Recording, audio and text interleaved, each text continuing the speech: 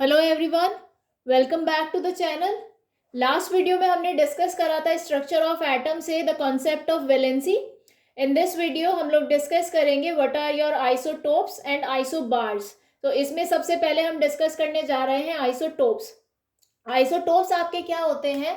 Isotopes are the atoms of the same element having the same atomic number. तो isotopes आपके atoms होते हैं, same element के atoms होते हैं जिनके एटॉमिक नंबर तो सेम रहता है but they have different mass number.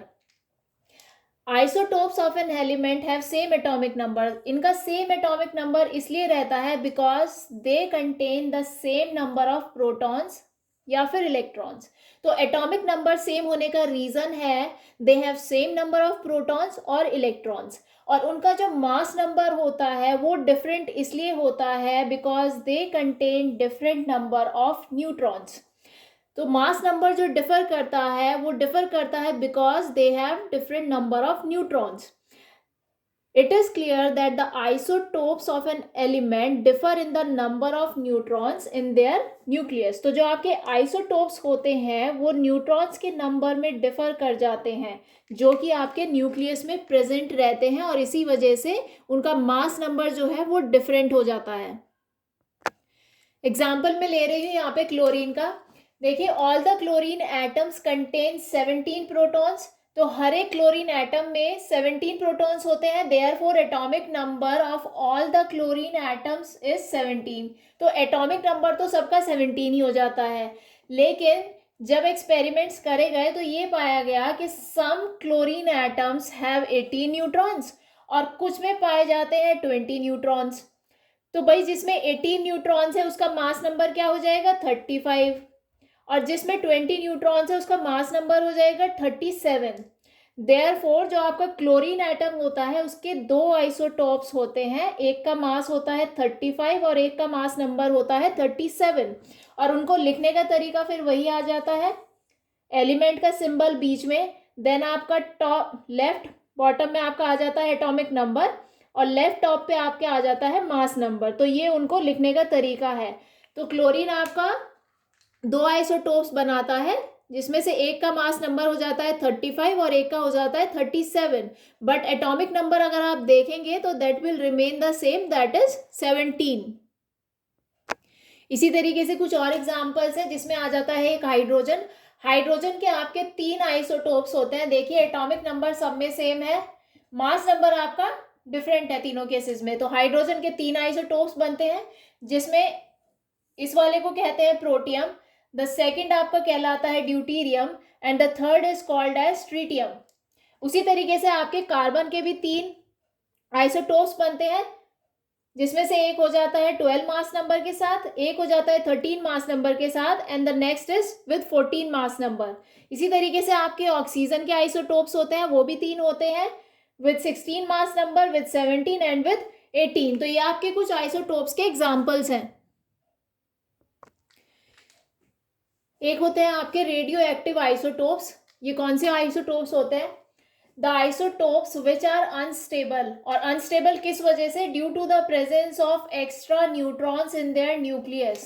तो इस तरह के आइसोटोप्स जो अनस्टेबल होते हैं and emit various types of radiations. तो इस तरह के आइसोटोप्स जो आपके अनस्टेबल होते हैं plus emit various types of radiations, वो आपके क्या कहलाते हैं? रेडियो एक्टिव आइसोटोप्स या फिर रेडियो आइसोटोप्स। और वो अनस्टेबल क्यों होते हैं? Due to the presence of extra neutrons in their nucleus. Clear? The radiations, किस तरह की रेडिएशंस होती है? Radiations like alpha particles, beta particles या gamma rays are emitted by the unstable nucleus of the radioactive isotopes. तो इस तरह की अल्फा पार्टिकल, बीटा पार्टिकल या गामा रेज की जो रेडिएशंस होती हैं वो अनस्टेबल न्यूक्लियस आपका एमिट करता है। कुछ एग्जाम्पल है रेडियो एक्टिव आइसोटोप्स के, जैसे कि है आपका carbon 14, sodium 24, cobalt 60 and then uranium 235। These are some examples of your radioactive isotopes that emit various types of radiations because of the unstable nucleus। देखिए, रेडियो एक्टिव आइसोटोप्स की applications होती हैं जिसमें से फर्स्ट एप्लीकेशन है आपकी, they are used as a fuel in nuclear reactors of nuclear power plant. ये as a fuel use होते हैं आपके न्यूक्लियर रिएक्टर्स में, जो कि आपके न्यूक्लियर पावर प्लांट में यूज होते हैं वो रिएक्टर्स, उनमें एज अ फ्यूल वर्क करते हैं फॉर जनरेटिंग इलेक्ट्रिसिटी। तो इस तरह का जो कॉमनली काम करता है उसका एग्जांपल है यूरेनियम 235, आपका रेडियो एक्टिव आइसोटोप है जो वर्क करता है as a fuel for generating electricity. Second application है radioactive isotopes are used as tracers in medicine. तो ये वाले आइसोटोप्स जो हैं आपके as a tracers in medicine use करे जाते हैं। और किस लिए यूज करे जाते हैं ये मेडिसिन में? To detect the presence of tumours and blood clots.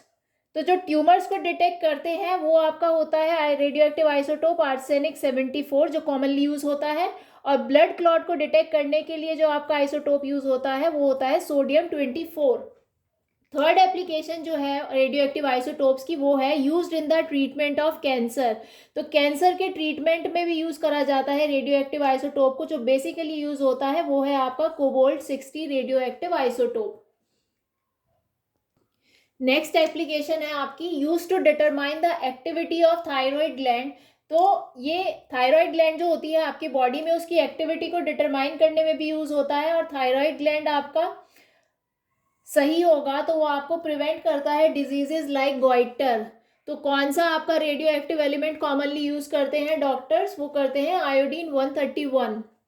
Next जो एप्लीकेशन है वो है आपकी used in industry to detect the leakage in underground oil pipelines, gas pipelines और वाटर पाइप्स।